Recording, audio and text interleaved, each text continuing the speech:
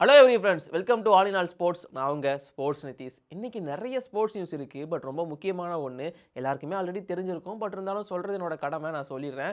Champions trophy 2025ல New Zealand வெஸ் பங்களாதேஷ் போட்டி. அதில் வந்து பார்த்தீங்கன்னா நியூசிலாந்து ரொம்ப கம்ஃபர்டபுளாகவே சேஸ் பண்ணியிருப்பாங்க. முக்கியமாக ரச்சின் ரவீந்திராவோட செஞ்சுரி அதில் முக்கியமான ஒரு பங்கு வகிச்சது. ஸோ இந்த வெற்றிக்கு அப்புறமா நியூசிலாந்து வந்து செமிஃபைனலுக்கு குவாலிஃபை ஆகிட்டாங்க. டேபிளில் முதல் இடத்தை பிடிச்சி இப்போதைக்கு அவங்க ஃபர்ஸ்ட் பிளேஸு. இன்னும் ஒரு மேட்ச் இருக்குது அவங்களுக்கு. அதான் டிசைட் பண்ண போது ஃபர்ஸ்ட்டாக செகண்டா அப்படிங்கிறது. ஸோ அந்த வகையில் இந்த குரூப் ஏவை பொறுத்த வரைக்கும் இந்தியா அண்ட் நியூசிலாந்து வந்து செமிஃபைனல் குவாலிஃபை ஆகிட்டாங்க. ஹோஸ்டிங் நேஷனான பாகிஸ்தான் இப்போ வெளியேறிக்காங்க. பாகிஸ்தானோட பங்காளின்னு கருதப்பட்ட பங்களாதேஷ் அவங்களும் இப்போதைக்கு வெளியே போயிட்டாங்க.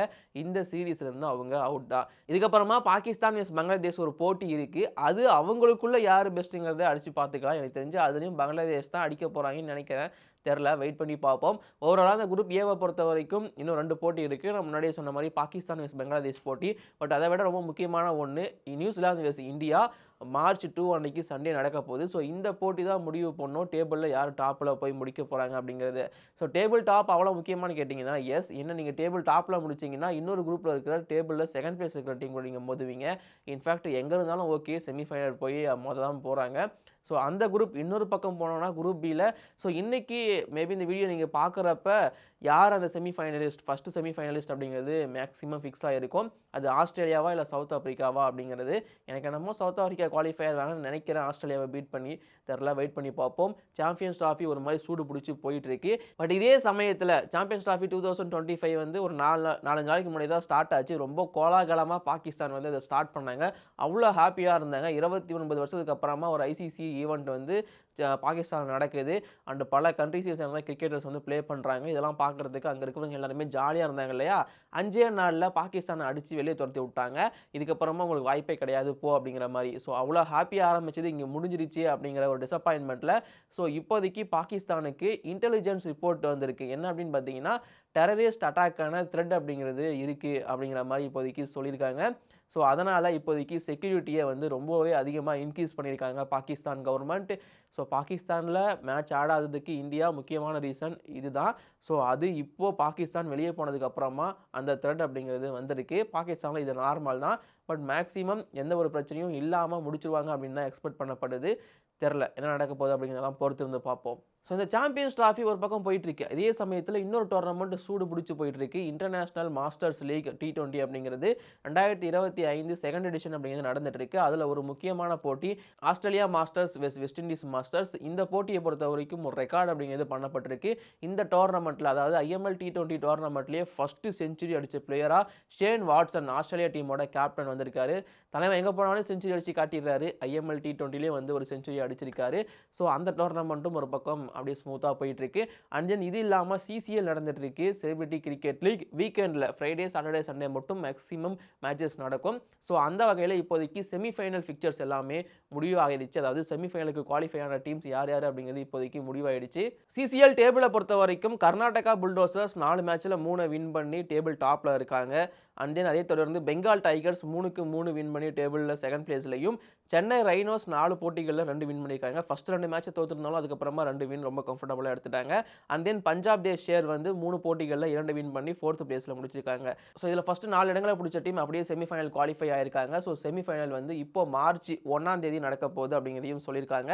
ஸோ ஷெடியூல் படி வந்து பார்த்தீங்கன்னா மார்ச் 1 அன்னைக்கு 2 மணிக்கு வந்து பார்த்தீங்கன்னா ஒரு போட்டி இருக்குது. பெங்கால் டைகர்ஸ் வெஸ் பஞ்சாப் தி ஷேர் அவங்களுக்கான ஒரு போட்டி தான். ஸோ இது செமிஃபைனல் 1. செமிஃபைனல் 2 பொறுத்த வரைக்கும் கர்நாடகா புல்டோசர்ஸ் வெஸ் சென்னை ரைனோஸ். ரொம்ப டஃப்பான ஒரு மேட்சாக இருக்க போது சென்னை ரைனோஸுக்கு. பிகாஸ் கர்நாடகா புல்டோசர்ஸ் எப்போவுமே ஸ்ட்ராங்கான ஒரு டீம். அண்ட் தென் இந்த செமிஃபைனல்ஸை தொடர்ந்து ஃபைனல் அப்படிங்கிறது மார்ச் 2 இருக்கும் அப்படிங்கிறத சொல்லியிருக்காங்க. ஸோ மார்ச் 2 அன்னைக்கு 2 மேட்ச் இருக்குது. CCL ஃபைனல் இருக்குது. அது மட்டும் இல்லாமல் இன்னொரு போட்டியுமே இருக்குது. என்ன அப்படின்னு பார்த்தீங்கன்னா இந்தியா வெஸ்ட் நியூசிலாந்து போட்டி. ஸோ கண்டிப்பாக அந்த டேவும் செம்ம எங்கேஜிங்காக இருக்க போகுது. அண்ட் தென் இந்த டோர்னமெண்ட்டு மட்டும் கிடையாது, இன்னொரு கிரிக்கெட் டோர்னமெண்ட்டும் இதே சமயத்தில் நடந்துட்டு இருக்கு. உமன்ஸ் பிரீமியர் லீக் அப்படிங்கிறது போயிட்டு இருக்கு. அதில் ரொம்ப முக்கியமான ஒரு போட்டி அப்படின்னே சொல்லலாம். UP warriors and RCB. இந்த 2 டீமுக்குமான போட்டி. ஆர்சிபி 2 மேட்ச் ஜெயிச்சதுக்கு அப்புறமா ஒரு போட்டி தோத்துருந்தாங்க. யூபி வாரியர்ஸ் தொடர் தோல்விக்கு அப்புறமா ஒரு போட்டி வந்து ஜெயிச்சிருப்பாங்க. அவங்க 2 பேருக்குமான போட்டி இது. So RCB vs UP warriors போட்டி செம்ம இன்ட்ரெஸ்டிங்காக இருந்துச்சு. ஃபர்ஸ்ட் பேட் பண்ண ஆர்சிபியில் நம்ம எல்லிஸ் பெரிய அடித்த 90 நாட் அவுட் அப்படிங்கிற ஸ்கோர் வந்து 180 போஸ்ட் பண்ணுறதுக்கு காரணமாக இருந்துச்சு. அதை தொடர்ந்து பேட் பண்ண வந்த யூபி வாரியர்ஸ்லையும் அதே அளவுக்கு ஸ்கோரை முடிச்சிருந்தாங்க. முக்கியமாக கடைசி ஓவரில் 18 ரன் தேவை. சோஃபி எக்லஸ்டன் மட்டும் செமையாக ஆடினாங்க. 2 6 ஒரு 4லாம் பறக்க விட்டு மொத்தமாக 17 ரன் அடிச்சிருந்தாங்க. அண்ட் இவங்க தான் வின் பண்ண போகிறாங்க. கடைசி ஒரு பாலுக்கு ஒரு ரன் தேவை அப்படிங்கும் போது அந்த இடத்துல வந்து ஆர்சிபி உமன்ஸ் வந்து ரன் அவுட் பண்ணி அந்த போட்டியை டை பண்ணியிருப்பாங்க. அண்ட் தென் போட்டி சூப்பர் ஓவர் போயிருக்கும். சூப்பர் ஓவரில் வந்து பார்த்தீங்கன்னா யூபி வாரியர்ஸ் ஃபஸ்ட்டு பேட் பண்ணியிருப்பாங்க. 8 ரன் மட்டும் தான் அவங்களால அடிக்க முடிஞ்சிருச்சு. அதை தொடர்ந்து பேட் பண்ண வந்த ஆர்சிபி 9 ரன் தானே ஈஸியாக சேஸ் பண்ணிடுவாங்கன்னு நினச்சா அங்கே ஃபைனல் ஓவரில் 17 ரன் பேட்டிங் அடித்தாங்கல்ல சோஃபி எக்லஸ்டன். ஸோ அதே சோஃபி எக்லஸ்டன் வந்து இங்கே பவுலிங் பண்ணியிருந்தாங்க. அந்த 9 ரன்னை வந்து டிஃபெண்ட் பண்ணியிருப்பாங்க. வெறும் 4 ரன் மட்டுமே கொடுத்துருப்பாங்க அந்த ஓவரில். அதனால் யூபி வாரியர்ஸுக்கு கண்டினியூஸாக 2வது வின். பட் என்ன தான் இந்த போட்டியை தோற்றிருந்தாலுமே ஆர்சிபி தான் ஃபஸ்ட் பிளேஸில் இருக்காங்க. யூபி வாரியர்ஸ் டேபிளில் கொஞ்சம் முன்னாடி போய் 3வது பிளேஸில் இருக்காங்க. யூபி வாரியர்ஸோட பர்ஃபார்மன்ஸ் ரீசெண்டாக நல்லா கொடுத்துட்டு இருக்காங்க அப்படிங்கிறத தாராளமாக சொல்லலாம். ஸோ ஒரு பக்கம் உமன்ஸ் பிரீமியர் லீகும் சூடு பிடிச்சி சூப்பராகவே போயிட்டுருக்கு.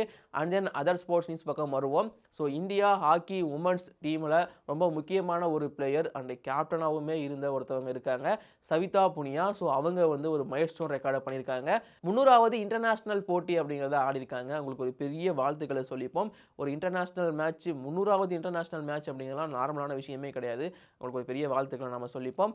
அண்ட் சிடி 2025 அதாவது சாம்பியன்ஸ் டிராஃபி 2025 நியூசிலாந்து டீமுக்காக ரச்சின் ரவீந்திரா ஒரு செஞ்சுரி அடிச்சிருப்பாரு. இன்ஃபேக்ட் 6 போட்டிகளில் மட்டுமே 9 செஞ்சுரி அப்படிங்கிறது அடிக்கப்பட்டிருக்கு சாம்பியன்ஸ் டிராஃபியில். இது வரைக்கும் எந்த சாம்பியன்ஸ் டிராஃபி இல்லை எந்த ஐசிசி ஈவெண்ட்லையுமே இந்த ரெக்கார்டு இல்லைன்னு நினைக்கிறேன். அண்ட் அதில் ரொம்ப முக்கியமாக ரச்சின் ரவீந்திரா அடிச்ச செஞ்சுரி அப்படிங்கிறது அவரோட debuted match in ICC champions trophy அதிலே அடிச்சிருக்காரு. ஸோ ஒரு player world cup debut and champions trophy டெபியூட்டில் செஞ்சுரி அடித்த ஒரே பிளேயர் வந்து ரச்சின் ரவீந்திரா தான். ஒட்டுமொத்தமாக 4 செஞ்சுரி அடிச்சிருக்காரு. 4மே ஐசிசி ஈவெண்ட்டில் வந்திருக்கு. 2023 வேர்ல்டு கப்பில் 3, இப்போ 1. ரச்சின் ரவீந்திரா தெரி ஃபார்மில் இருக்காரு. ஸோ இந்த மாதிரி பல விஷயங்கள் போயிட்டுருக்கு. அண்ட் தென் அப்படியே இன்னொரு நியூஸுமே இருக்குது. ஐஎஸ்எல் இந்தியன் சூப்பர் லீக் அப்படிங்கிறது இப்போதைக்கு கடைசி கட்டத்தை நெருங்கிருச்சு. ஸோ அந்த வகையில் ஐஎஸ்எல் சீசன் 2024-25 லீக் ஷீல்டு வின்னர்ஸாக ஆயிருக்காங்க மோகன் பகான் எஃப்சி. ஸோ மோகன் பகான் தான் 23-24 சீசனோட லீக் ஷீல்டு வின்னர்ஸாகவும் இருந்தாங்க. அது அப்படியே டிஃபெண்ட் பண்ணியிருக்காங்க அப்படின்னு தான் சொல்லணும். டேபிள் டாப்பில் முடிச்சிருக்காங்க. அண்ட் அது மட்டும் இல்லாமல் ஒவ்வொரு டீமும் எப்படி குவாலிஃபை ஆக வாய்ப்பு இருக்குது, டாப் 2ல் முடிக்க முடியுமா முடியாதா, சென்னை எஃப்சியோட குவாலிஃபிகேஷன் எப்படி இருக்குது, இதை பற்றி தனியாக நம்ம அடுத்த ஒரு வீடியோ போட போகிறோம். ஸோ நீங்கள் வந்து நம்ம சேனலை சப்ஸ்கிரைப் பண்ணி வச்சுக்கோங்க. அந்த வீடியோ உங்களுக்கு நோட்டிஃபிகேஷனாக வரும். அதையும் பார்த்து நீங்கள் தெரிஞ்சுக்கலாம். அண்ட் அடுத்த நியூஸ் சென்னை சூப்பர் கிங்ஸ் பற்றினது. ஸோ சிஎஸ்கே ரொம்ப சீக்கிரமாக வந்து அவங்களோட ப்ராக்டிஸ் கேம்ப் அப்படிங்கிறத ஆரம்பிக்க போகிறதா சொல்லியிருக்காங்க. அதுக்கான அப்டேட் வந்திருக்கு. மேக்ஸிமம் தோனி தான் ஃபஸ்ட்டு வந்து அந்த கேம்பில் வந்து ஜாயின் பண்ண வாய்ப்பு இருக்குது அப்படிங்கிற மாதிரி சொல்லிட்டு இருக்காங்க. எம்எஸ் தோனி இப்போதைக்கு ரீசெண்டாக ஒரு சில ஈவெண்ட்டில் வந்து பார்ட்டிசிபேட் பண்ணிட்டு இருக்காரு. ஸோ அதுக்கப்புறமா இப்போது அந்த கேம்ப் அப்படிங்கிறது ஆரம்பித்தாங்க அப்படின்னா அவர் வந்து ஜாயின் பண்ணிடுவார் அப்படின்னு சொல்கிறாங்க. ஸோ சிஎஸ்கே சீக்கிரமாக ஐபிஎல் 2025க்காக ப்ரிப்பரேஷனை ஸ்டார்ட் பண்ண போகிறாங்க ப்ரீ சீசன் கேம்பில். And last news but not least news, U Mumba அப்படிங்கிற ப்ரோ கபடி லீகை சேர்ந்த ஒரு டீம் பிகேஎல் சீசன் 12க்காக தங்களோட கோச் யாருங்கிறத அஃபிஷியலாக அனௌன்ஸ் பண்ணிட்டாங்க. ஆல்ரெடி கோலமரேசா அப்படிங்கிற ஒரு ஓவர்சீஸ் கோச்சை வச்சுருந்தாங்க. அவர் கொஞ்சம் சக்ஸஸ் காட்டியிருந்தாலும் அவங்களுக்கு சாம்பியன்ஷிப் அடிச்சு கொடுக்க முடியலை. அதனால் அவர் எடுத்து அப்படியே வெளியே அனுப்பிச்சு விட்டு யூமும்பா வந்து இப்போதைக்கு அவங்களோட முன்னாள் பிளேயர், அந்த டீமுக்காக ஆடி கப்பை வின் பண்ணி கொடுத்த ராகேஷ் குமார் அப்படிங்கிற ஒரு லெஜெண்டரி இந்தியன் கேப்டன் அண்ட் ஒரு ரைடரும் கூட. ஸோ அவரை வந்து இப்போதைக்கு ஹெட் கோச்சாக அப்பாயிண்ட் பண்ணியிருக்காங்க. அண்ட் அவர் இப்போ இந்தியன் ரயில்வேஸோட கோச்சாக இருக்கார் அப்படிங்கிறது கூடுதலான விஷயம். இதற்கு முன்னாடி ஹரியானா ஸ்டீலர்ஸுக்கு அவர் கோச்சிங் பண்ணியிருந்தார் அப்படிங்கிறதும் கூடுதலான விஷயம். ஆல்ரெடி நம்ம பிளேயர்ஸாக பார்த்தா லெஜெண்ட்ஸ் அனுப்குமார், ராகேஷ் குமார்லாம் இப்போ திரும்பவும் கோச்சிங்குள்ளே வந்திருக்காங்க. அது கொஞ்சம் பார்க்க நல்லா இருக்குது. ஸோ இதை பற்றி உங்களோட ஒப்பீனியன் மறக்காமல் கீழே கமெண்ட் பண்ணுங்கள். இந்த மாதிரியான அப்டேட்ஸுக்கு நம்ம சேனலை மறக்காமல் சப்ஸ்கிரைப் பண்ணுங்கள். தேங்க்யூ.